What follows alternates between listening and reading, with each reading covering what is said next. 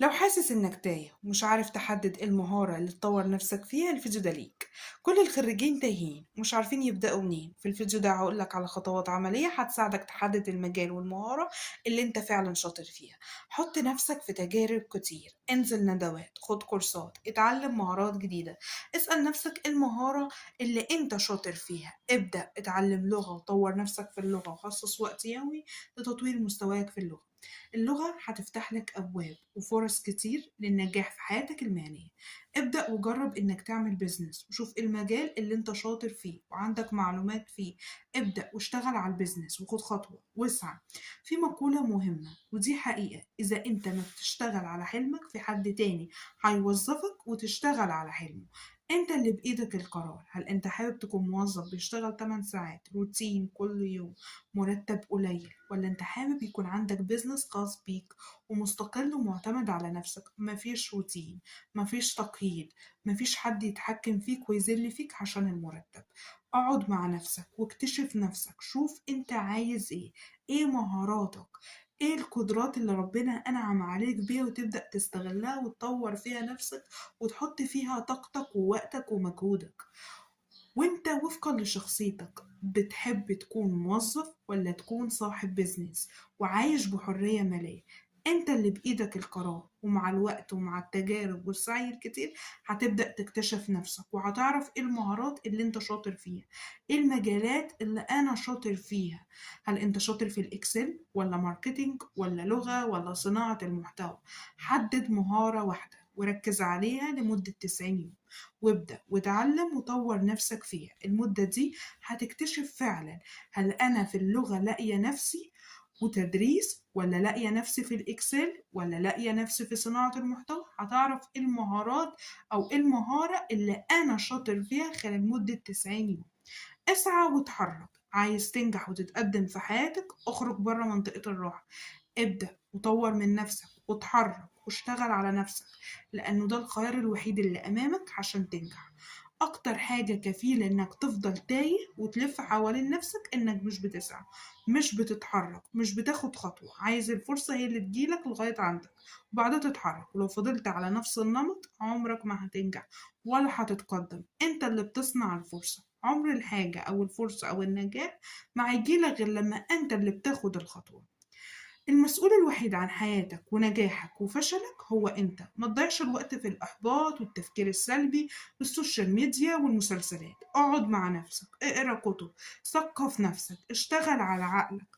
فكر ايه الحاجة اللي انت بتحبها، ايه المهارة اللي انا شاطر فيها، وابدأ في تركيز في تعلم المهارة كل يوم واستمر عليها. الاستمرارية هي سر النجاح في أي مهارة وفي أي مجال. عايز تكون ناجح، فهو الشيء الأساسي الاستمرارية والانضباط والالتزام.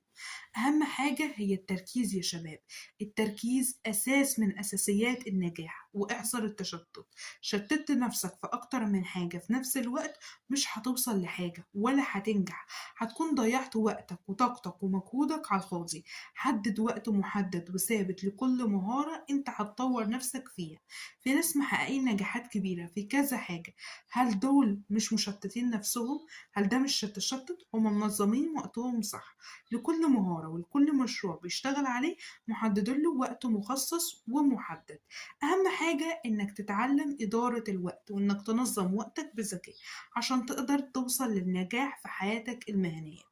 وتتعلم مهارة حل المشاكل. أثناء سعيك لحلمك هيواجهك كل يوم مشاكل، فلو أنت ما عندكش مهارة إنك تحل المشاكل اللي بتواجهك هتقع من أول خبطة وهتفضل واقف في مكانك ومش هتتقدم وهتفشل ومش هتحقق النجاح اللي نفسك توصله.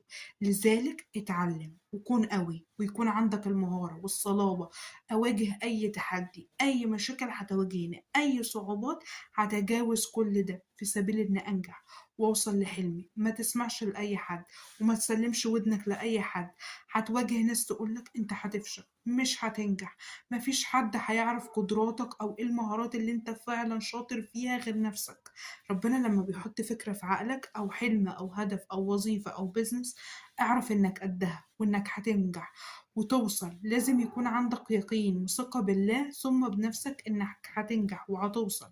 لو كل شخص فينا آمن بحلمه وبنفسه وشاف إيه القدرات اللي ربنا أنعم عليه بيها وبدأ طور بيها وبدأ يتعلمها، لكانت كلتنا حياتنا كلها اتغيرت ومليانة نجاح.